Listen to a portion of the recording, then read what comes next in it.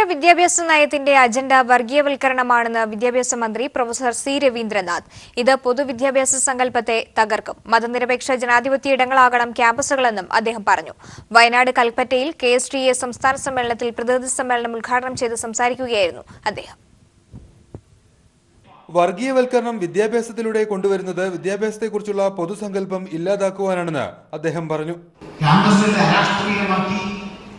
നമ്മുടെ നാട്ടിൽ ഞാൻ നേരത്തെ പറഞ്ഞ മതനിരപേക്ഷ ജനാധിപത്യ ചിന്ത ഇല്ലാതാക്കുമ്പോൾ, പൊതുവിദ്യാഭ്യാസം നഷ്ടപ്പെടുമ്പോൾ സ്വകാര്യ മൂലധനത്തിന്റെ സാധ്യത വർദ്ധിക്കുകയും ഫൈനാൻസ് ക്യാപിറ്റൽ ആധിപത്യത്തിന് ഉതകുന്ന സ്ഥാപനങ്ങൾ നാട്ടിൽ വരികയും ചെയ്യും.